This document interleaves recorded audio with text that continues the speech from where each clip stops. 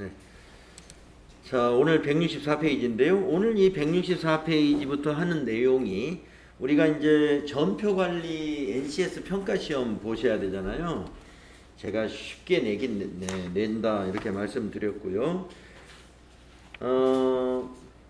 분계에 관한 내용을 주로 내는데 전표를 직접 입력해라 하는 문제도 내거든요. 입력해가지고 인쇄해서 제출을 할 거예요. 여러분들이 그러면은 인쇄하는 법이라든가 이런 거 오늘 다 알려드릴 거고요. 오늘 배우는 그 전표 입력하는 거 요거 범위 내에서 문제를 낸다 이렇게 보시면 됩니다. 근데 오늘 입력하는 거하고 똑같이 문제는 안 내요. 그런 유형으로 문제를 내고 있다는 거죠. 자, 그래서 우리가 오늘 전표를 작성하는데 우선 회계상 거래가 무엇인지를 알아야죠. 회계상 거래가 무엇이냐 하는 것은 우리가 회계상 거래라는 것은 자산부채 자본의 변화가 있어야 회계상 거래를 인식해야 돼요. 그러면 한번 제가 회계상 거래인지 아닌지 한번 여러분에게 한번 물어보겠습니다. 자, 예를 들어서 상품 50만 원을 구입하기로 계약을 하고 상품 매매 계약서를 작성했습니다. 아니네요. 그쵸? 왜 아닐까요? 예, 계약금 주고받고를 안 했죠? 예. 그래서 단순히 상품을 구입하기로 계약하고 계약서를 작성했다로 끝나면은 계약서 작성했어요? 그러면 계약금을 뭐 주고받았다든가 이렇다면은 그거는 우리 회계상 거래이지만 아무 말도 없으니까 그거는 회계상 거래가 아닌 거죠. 또 하나 한번 제가 이야기해 볼게요. 자금 담당 사원이 현금 10만 원을 분실했습니다. 회계상 거래죠? 예, 현금이 분실됐어요. 자산이 감소했잖아요. 그러니까 회계 처리해야 됩니다. 네. 이와 같이 회계상 거래를 인식할 줄 알아야 된다. 이것은 회계 처리를 해야 되느냐, 하지 말아야 되느냐. 예. 하나만 더 해볼까요? 국민은행에서 현금 100만 원을 차입했습니다. 네, 회계상 거래죠. 부채가 증가했죠. 차입했으니까. 자, 그 다음에 전표를 작성할 줄 알아야 돼요. 우리가 그동안 앞에서 여러 가지 그 계정 과목들 자산부채 자본 수익 비용을 쭉 공부하면서 분계라는 걸 해봤잖아요. 차변에 뭐 얼마 대변에 뭐 얼마 하면서 뭐 자산 증가 자산 감소입니다. 거래의 8요소로 차변 요소 대변 요소 바로 그겁니다. 이제 그거를 우리가 이제 종이에만 쓸 줄 아는 게 아니라 전표에다 직접 입력할 줄 알아야 되고요. 물론 시험에서는 제가 종이에 시험지에 쓰라고 나올 거예요. 전표에 입력도 하라는 문제도 있습니다. 오늘 그 프로그램에다 입력도 할 줄 알아야 되고 종이에 쓸 줄도 있어야 돼요. 그래서 여러분 전표에 입력하실 때는요. 오늘은 입금전표, 출금전표, 대체전표 이렇게 구분해서 입력을 할 거예요. 네, 그러니까 이제 오늘 여러분이 공부하시면서 이런 건 입금전표로 하면 되겠구나. 이런 건 출금전표로 하면 되겠구나. 이런 건 대체전표로 하면 되겠구나. 이렇게 이제 오늘 아시게 될 거예요. 그래서 어떤 거래는 입금전표가 편하고 어떤 거래는 출금전표로 해야 되고 어떤 거래는 대체전표로 할 수밖에 없는가. 그래서 여기 다 나왔네요. 현금의 수입 거래는 입금전표로, 현금의 지출 거래는 출금전표로, 예. 현금의 수입 지출이 없는 거래를 대체전표에 작성을 하는 거거든요. 그래서 오늘 전표 작성에 입금, 출금, 대체로 나누어서 우리가 배우시게 될 겁니다. 그 다음에 증빙에 관한 얘기입니다. 증빙이라는 것은 세금계산서, 영수증 이런 거죠. 그래서 우리가 증빙을 보고 거래를 입력할 수 있어야 돼요. 증빙을 딱 보고 이게 무슨 거래다 라는 걸 알면 그 증빙을 보고 전표 입력이 가능하셔야 됩니다. 그런데 우리가 이제 증빙에는 말이죠.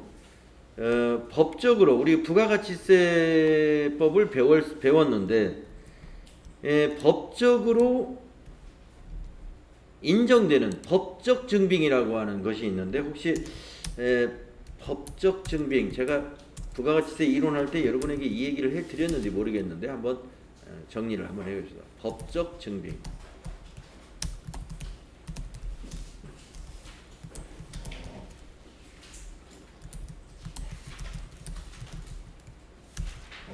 자, 우리가 부가가치세법상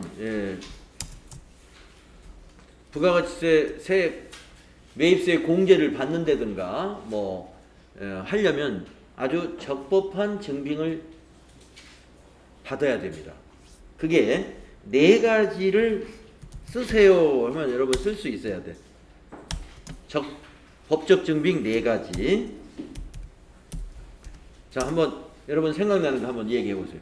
뭐가 있을까요? 그렇죠. 세금 계산서. 이게 가장 확실한 증빙이에요. 자, 과세사업자는 세금 계산서를 증빙으로 해줄 수가 있어요. 그런데 면세사업자는 세금 계산서 대신에 해주는 게 뭐죠? 계산서입니다. 면세사업자는 세금 계산서 대신에 그냥 계산서라는 걸 발행해줘요. 그래서 세금 계산서, 계산서 법적 증빙이 되고요. 자, 이제 세금 계산서나 계산서가 아니라 우리가 또 이게 카드 같은 걸로 결제할 수가 있죠. 그러면 그걸 뭐라고 그래요?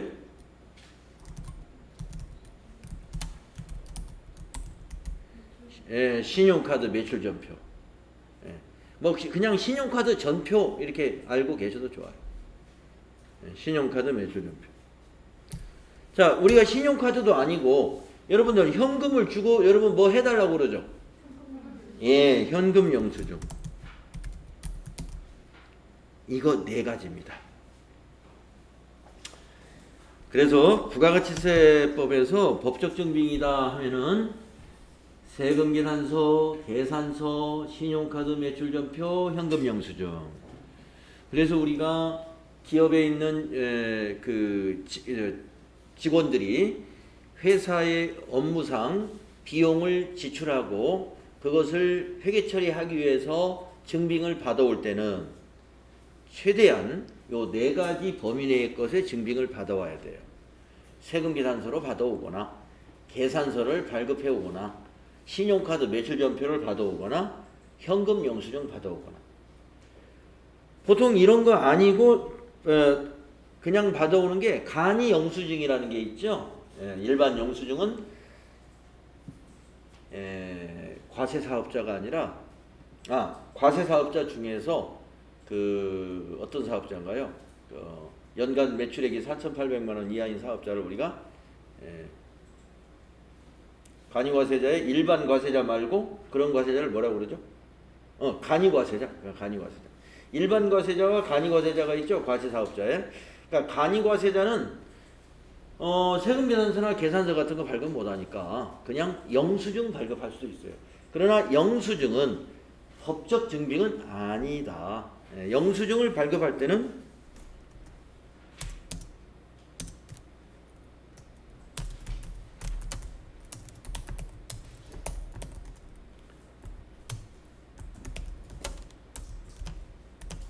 $30,000 이하, 30,000원 이하의 비용은 영수증을 발급받죠. 영수증을 발급받아도 비용 처리를 할 수 있어요. 30,000원 이하는. 30,000원을 초과한 것은 이와 같은 법적 증빙을 꼭 받아야 된다. 그런데 영수증은 단 접대비는 10,000원 이하,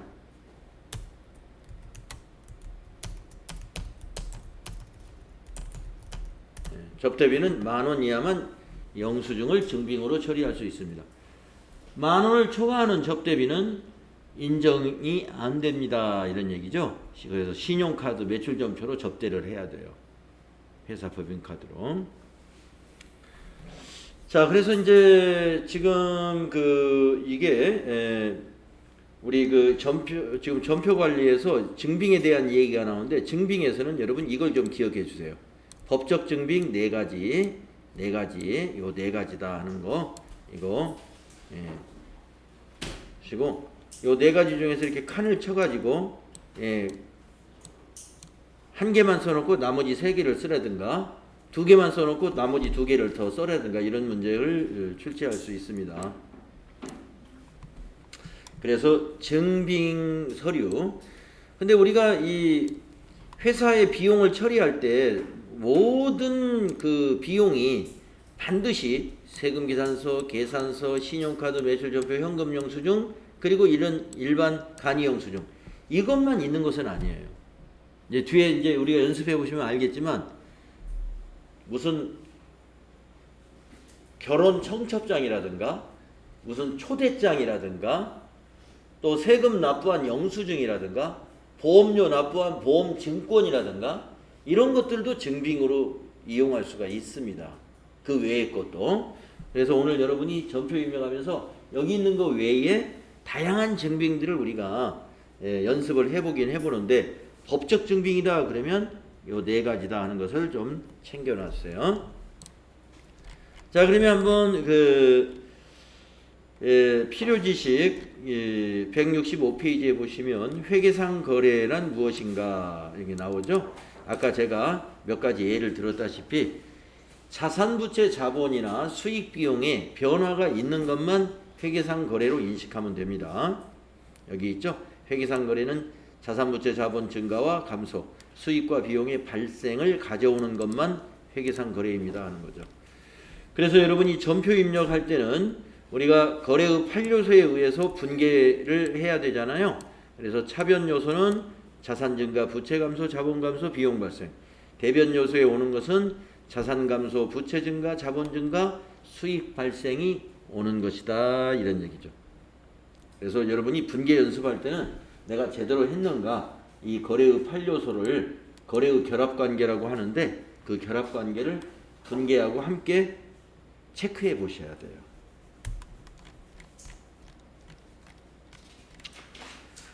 자, 그러면 우리 166페이지에 전표 입력하기 있습니다. 자, 회계에서 거래인 자산부채 자본의 증감 변동이 발생하면 증빙서류를 보고 전산 프로그램이 요구하는 형식에 맞추어서 이 증빙을 보고 이 전표를 작성해야 한다 이거죠. 그래서 전표 작성은 일반 전표 입력에서 이루어진다 그랬는데 모든 전표를 일반 전표에다만 입력하는 것은 아닙니다. 아직 부가가치세 관련 거래는 메인 매출 전표에 입력을 할 거예요.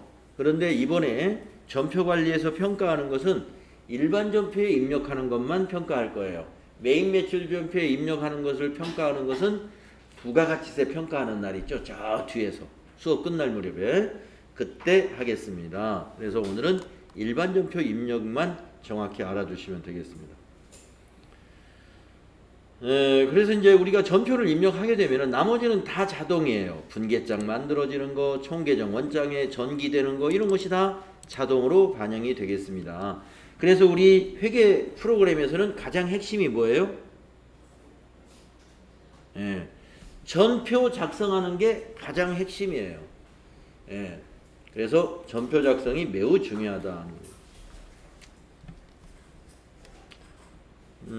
여기 네모 박스에 있는 것이 전표 입력에 대해서 설명을 해놨는데요. 이거는 지금 읽어보는 것보다 실습하면은 자연히 알게 됩니다. 전표 번호가 어떻게 만들어지는지, 또 계정 과목은 어떻게 우리가 검색을 하는지, 검색을 하면서 할 거고, 전표를 지우려면 어떻게 하는지, 또 전표를 정렬하는 메뉴가 어디에 있는지 이런 것들을 입력하면서 제가 여러분에게 알려드릴게요.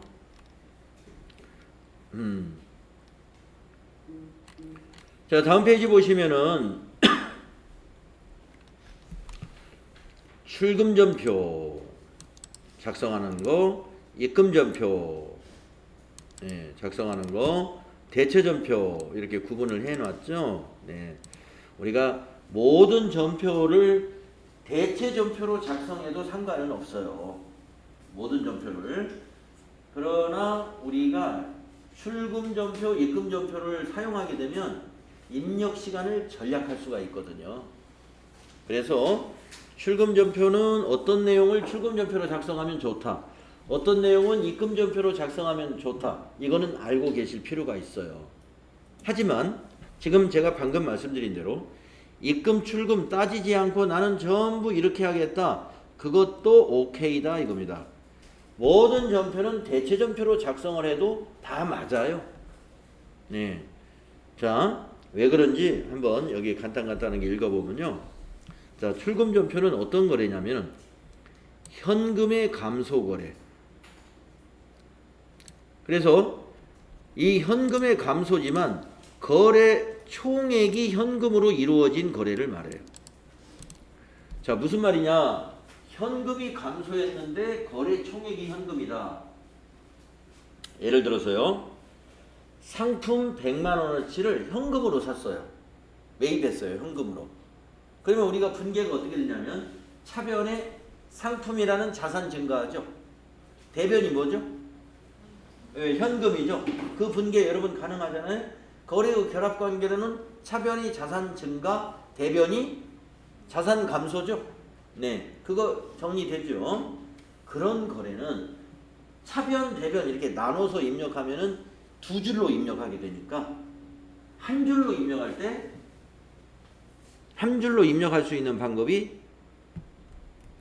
출금, 이게 구분란에다 1번 출금 입력하는 거예요. 그러면 대변에 현금이 자동으로 입력돼 버려요. 대변에 현금이 자동으로 입력돼 버리니까 우리는 차변 계정 과목 하나만 입력하면 되죠. 상품 이렇게. 그러니까 두 줄로 입력할 것을 한 줄로 입력하니까 그만큼 시간이 세이브가 되는 거죠. 그것이 출금전표. 그런 거래는 출금전표 선택하는 걸로 우리도 연습할 거고요. 그 다음에 입금전표. 자, 입금전표도요. 현금이, 이거는 아까 출금은 현금 감소고 입금은 현금이 증가하는 거래입니다. 그러면 현금이 증가했다고 해서 모두 입금전표를 쓰느냐? 아니에요. 총액이 현금이어야 돼요. 총액이. 예, 총액이 현금이다. 그것만 입금전표로 씁니다. 입금전표는 2번을 씁니다. 2번. 그렇게 되면 자동으로 차변에 현금이 딱 입력돼 버려요. 그러면 우리는 대변 계정 과목만 하나만 입력하면 전표 입력이 끝난다는 것이죠. 자, 그러면 한번 입금전표로 작성하는 거래를 한번 제가 말로 해드리면 이런 겁니다.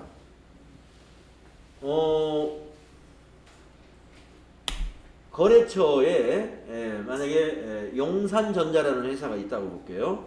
용산전자의 외상매출금을 오늘 현금으로 회수했습니다. 받았어요. 외상매출금을 현금으로 받았어요. 오늘. 자, 그러면 차변이 뭐가 되죠? 현금, 자산 증가. 차변의 현금은 자산 증가. 네, 딱 떠오르시죠? 자, 대변은 뭐가 되죠? 외상 매출금, 자산 감소. 그렇죠? 자산 증가, 자산 감소의 결합이 되는 그런 거래입니다. 자, 그러면 이거는 거래 총액이 다 현금이죠? 현금이 증가한 거래죠? 거래 총액이 현금이 증가한 거래는 입금 전표를 딱 선택을 하면은 대변 계정 과목이 외상 매출금 하나만 입력하면 된다 이거죠. 차변 외상 매출금 또 줄 바꿔서 차변 현금 줄 바꿔서 대변 외상 매출금 하면 두 줄이 되는데 그냥 입금 선택하면 한 줄로 대변 계정 과목이 외상 매출금만 입력하면 된다 이 말입니다. 왜냐? 현금이 자동으로 차변에 들어와니까. 자, 그래서 출금 전표, 입금 전표는 말하자면 옵션이라고 생각하면 돼요. 선택. 이걸 꼭 안 해도 전부 대체 전표로 해도 상관없어요. 그러면 대체 전표는 도대체 뭐냐? 지금 제가 방금 말씀드린 대로 차변 따로 입력하고 줄 바꿔서 대변 입력하고 그걸 대체 전표라고 해요. 여러 줄로 입력하는 거예요. 그렇게 전부 입력해도 회계상 아무런 문제는 없다. 그러나 우리가 NCS에서는 아까 여러분 아까 NCS 수행 준 거 아까 살짝 읽어보셨죠? 입금 전표와 출금 전표를 사용할 수 있어야 한다 했기 때문에 우리는 오늘 공부할 때 입금 전표, 출금 전표를 구분해 가면서 사용을 할 겁니다. 네.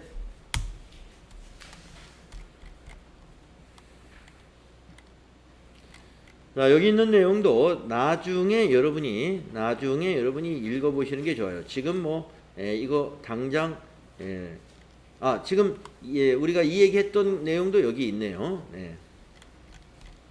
자, 그래서 바로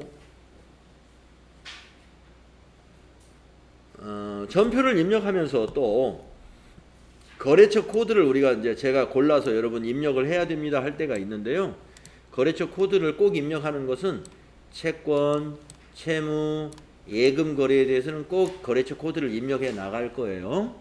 네.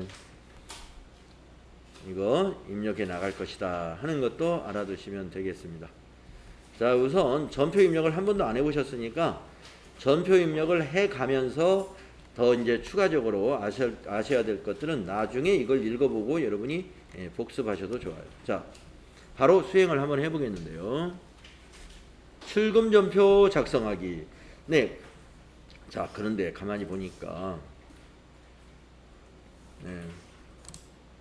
잠깐만요. 어제 자, 수업 시간에 프로그램 여러분이 실행하실 때 혹시라도 어제 다운로드 받았던 이걸 실행하시면 어떻게 되느냐 하면은요, 백데이터가 다시 설치가 되면서 우리가 회사 6,000번 이렇게 추가로 만들어 놓은 거 있죠? 없어집니다. 없어지니까 이걸 설치할 때는 제가 이걸 설치하자고 할 때만 이걸 새로 설치해 주시는 거예요.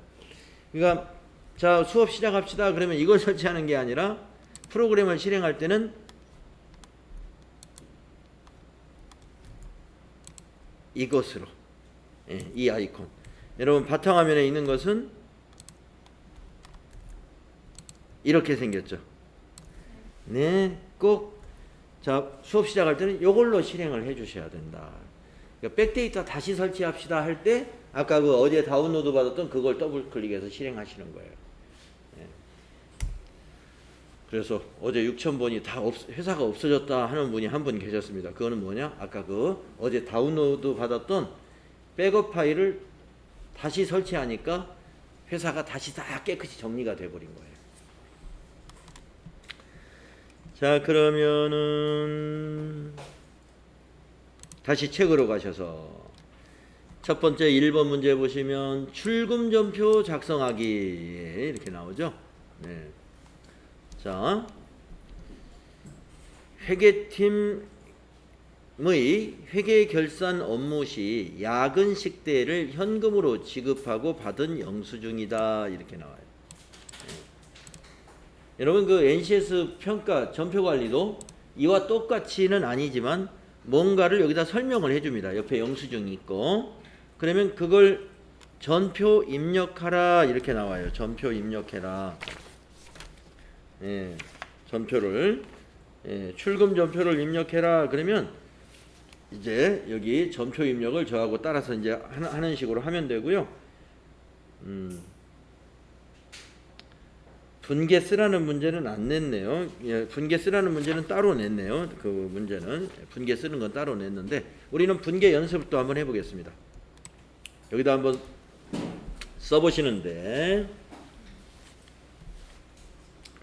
자, 회계팀의 회계 결산 업무 시 야근 식대를 현금으로 지급하고 받은 영수증이 지금 3만 원짜리 영수증이 있어요. 자, 이걸 분계를 하면 차변이 뭐가 될까요? 네, 복리후생비입니다.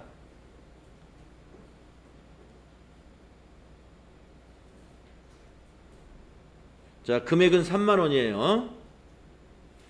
저는 칸이 좁아서 그냥 3자만 썼습니다. 여러분은 3만 원 쓰시고 대변은 뭐가 될까요? 네, 현금입니다. 현금 3만 원 되겠습니다. 이렇게 분계를 쓰실 수 있어야 된다 이거죠. 자, 또 몇 문제는 거래의 결합관계도 쓰라고 한 게 있어요. 거래의 결합관계. 자, 차변요소, 대변요소 거래의 8요소를 여기다 적어주는 게 거래의 결합관계예요. 자, 복리후생비 차변은 우리가 뭐라고 하죠? 예, 비용 발생.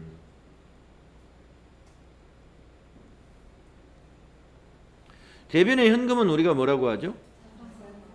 예, 자산이 감소했다. 예, 이걸 할 줄 알아야 된다 이 말이에요. 예. 이게 가능해야 돼요. 그러려면은 여러분 복리후생비가 비용이라는 것도 알아야 되고 현금이 자산이라는 것도 알아야 되고 자산은 대변에서 감소하는 것이고 차변에서 증가하는 것이다. 비용은 차변에서 발생하고 대변에서는 소멸하는 것이다. 이 거래의 8요소와 개정 과목들을 다 알아야 된다 이 말이죠. 그동안 우리가 그걸 공부한 겁니다. 그래서 여러분들이 지금까지 야 내가 이제 개인적인 공부를 너무 안 했다 하는 것은 뭐냐, 아직 개정 과목이 하나도 머릿속에 정리가 안 돼 있으면 지금 개인적인 공부를 너무 안 한 거예요.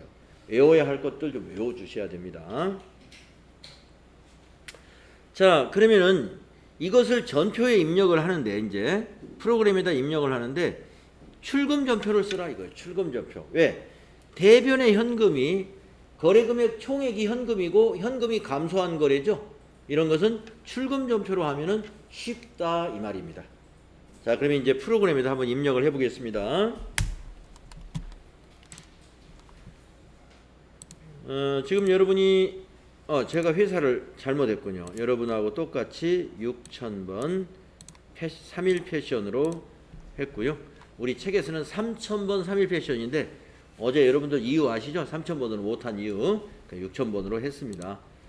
자, 그래서 일반 전표 입력 여기로 가세요. 일반 전표 입력. 오늘 이 일반 전표 입력에 대해서 공부하는 거예요. 자, 전표에 날짜를 입력하시면 되는데요. 이 거래 날짜는 여기 영수증에 보니까 1월 11일이죠.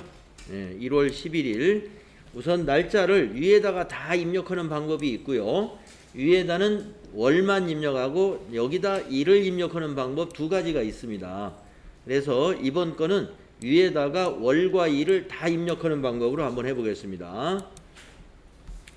2월 며칠이죠?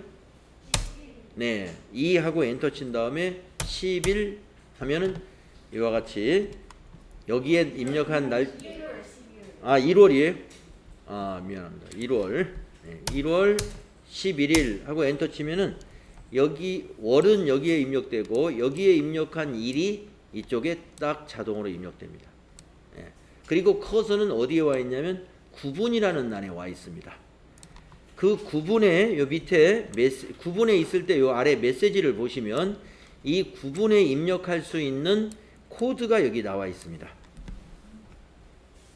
1번이면 출금이고 2번이면 입금이고 3번이면 차변이고 4번이면 대변이고 5번이면 결산 차변이고 6번이면 결산 대변이다.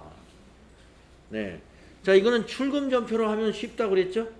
그러니까 1번 입력하시는 거예요. 1. 네. 잘 되시나요? 안 되시는 분은 바로바로 얘기하세요. 예. 1 하면 출금 입력되나요? 예. 자, 그 다음에 커서는 어디에 있습니까? 코드 안에 와 있죠? 네. 이 코드는 개정 과목의 코드를 말하는 거고요. 아까 우리가 책에서 봤듯이 출금하게 되면은 대변의 현금이 오른쪽에서 보면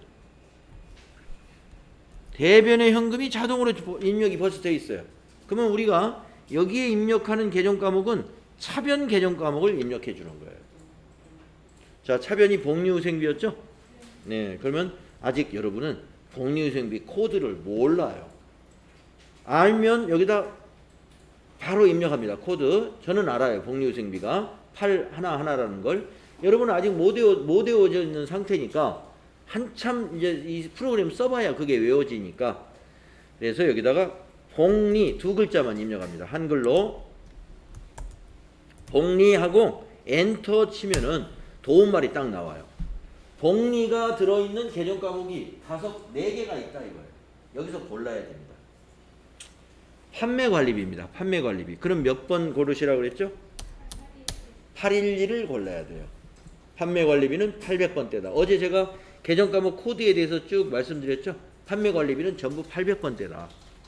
그래서 811 엔터. 그러면 여기 811번 복리후생비 개정 과목 결정됐죠. 자, 거래처는 넣어야 되느냐? 예, 거래처는 어느 식당에서 밥을 먹었는지를 넣어주면 좋겠죠. 예. 보니까 식당이 미소 식당입니다. 그러면 이 코드까지 입력할 필요는 없어요. 복리후생비 비용은. 그래서 여기 거래처에다가 미소 식당 그리고 엔터를 칩니다. 여러분 이 프로그램은요 항상 입력이 끝나면 엔터로 다음 단계로 넘어가는 거예요. 엔터.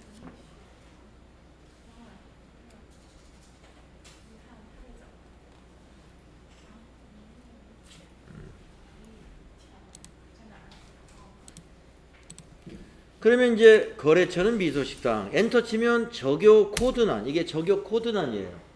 어제 여러분들 적요가 무엇인지 제가 잠깐 말씀드렸습니다. 잠깐 그 거래의 내용을 간략하게 설명하는, 요약 설명하는 내용이다. 자주 쓰는 적요는 이와 같이 등록해놓고 쓰는 거다.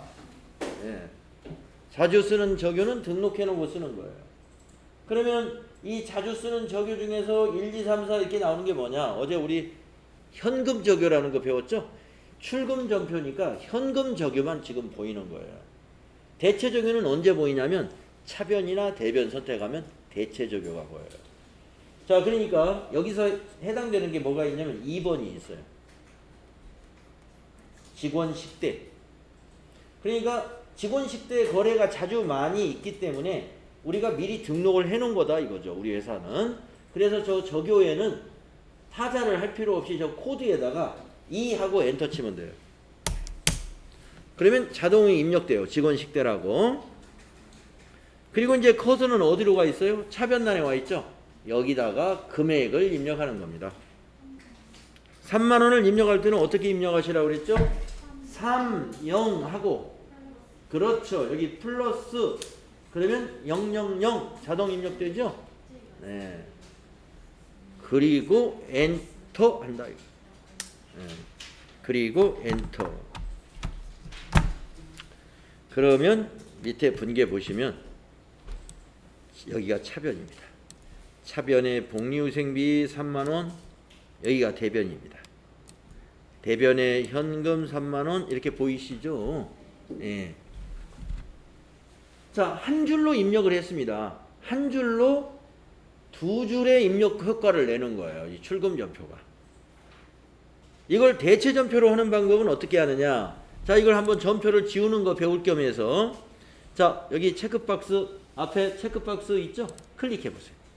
이걸 지울 겁니다. 여러분이 실수로 뭔가 잘못 입력했으면 지워야 돼요. 체크한 다음에 저 위에 보시면 휴지통 보이시죠? 삭제. 클릭해 보세요. 그러면 체크된 데이터가 한 건이 존재합니다. 체크된 데이터를 모두 삭제하겠습니까? 확인 누르면 지워지겠죠? 눌러보세요. 확인. 예, 그러면 날아가 버립니다. 예, 잘못한 거 지울 때는 이렇게 싹 지우시면 돼요. 자, 지금은 우리가 출금 전표로 했는데 이번에는 대체 전표로 한번 입력을 해보겠습니다. 대체 전표로.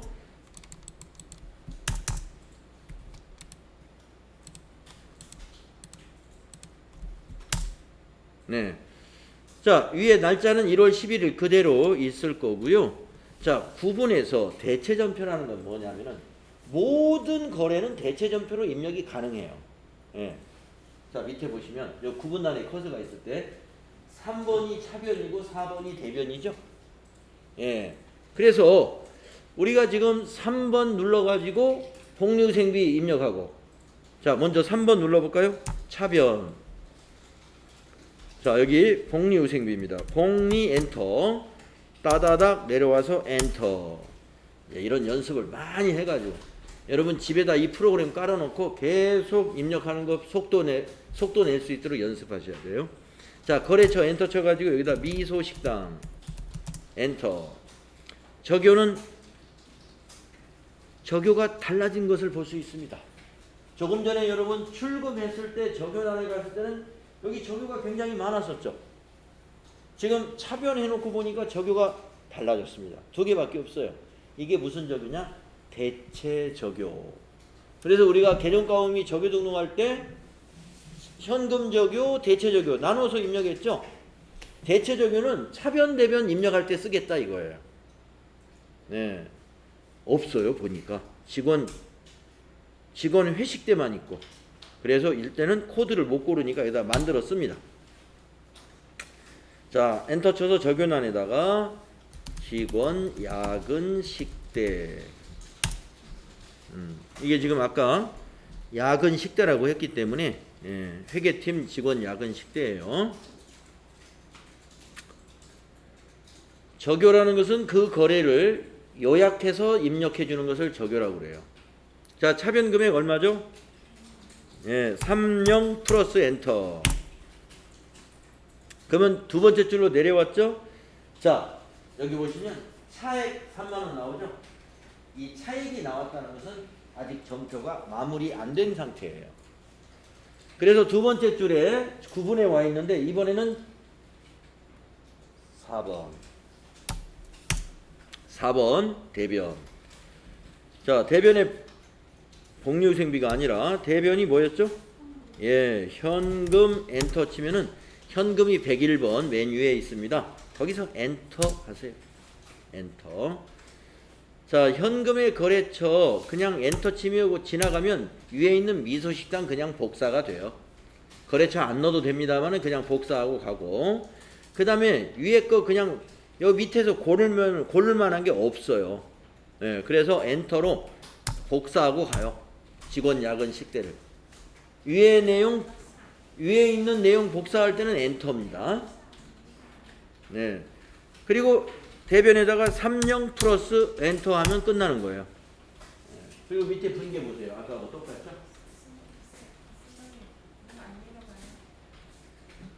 금액을 입력해야죠.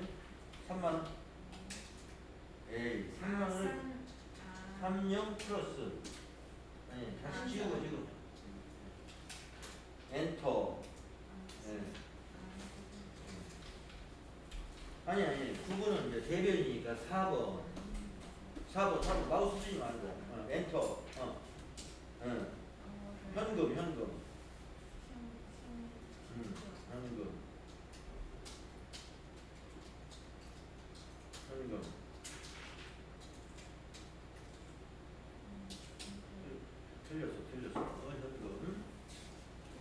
틀렸어.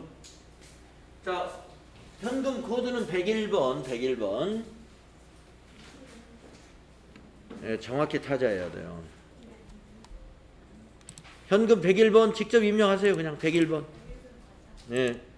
101번 숫자 입력하세요. 여러분 계정 과목 있잖아요. 코드를 외우면 참 좋아요. 그러니까 오늘은 코드 여러분들 못 외우겠지만 앞으로 코드를 관심 있게 보시고 외울 수 있는 건 최대한 외우세요. 자, 출금 점표로 작성하는 게 훨씬 쉽구나 하는 걸 알 수 있죠? 자, 그래서 다음 문제 두 번째 거 해보겠습니다. 자, 문제 보세요. 관리부의 업무용 승용차 64보에 246하나에 주유를 하고 주유대금을 현금으로 지급하고 받은 영수증이다. 이렇습니다.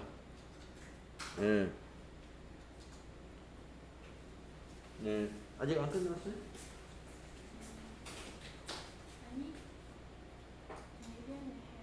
엔터 쳐야지. 엔터. 항상 입력하고 나서 엔터를 쳐야 돼.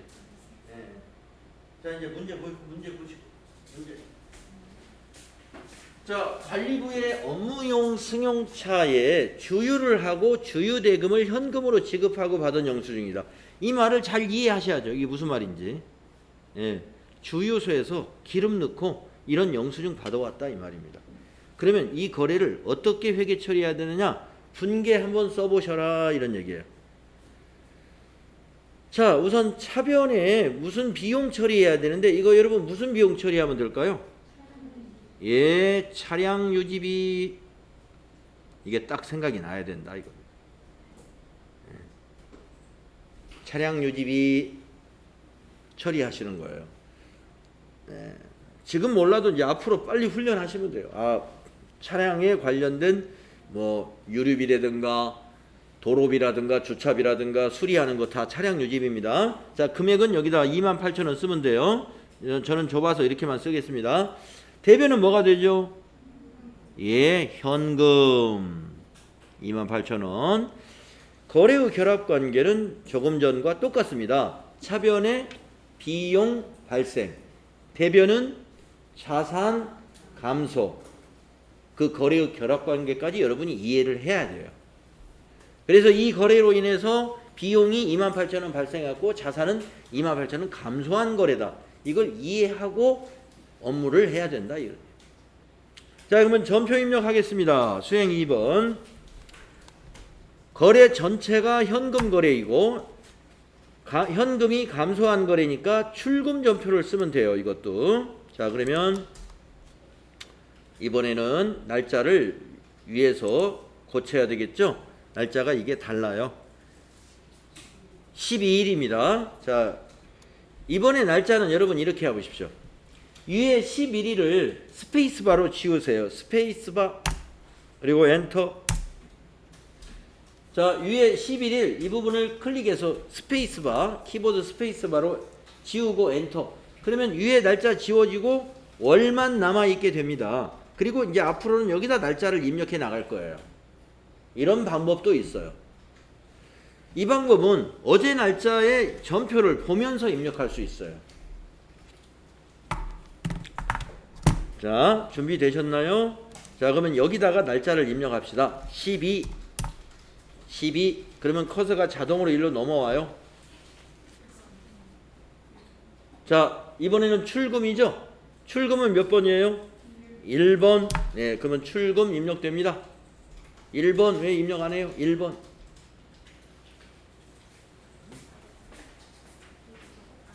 마우스를 왜 쓰고 있지? 자, 여기 클릭해서 스페이스 아니 더블 클릭이 아니고 클릭. 그렇지. 자, 스페이스 바.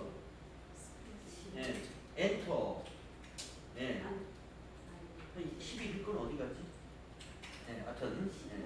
자, 12일부터 따라하세요. 자, 12 입력하고 12. 아니 12 여기.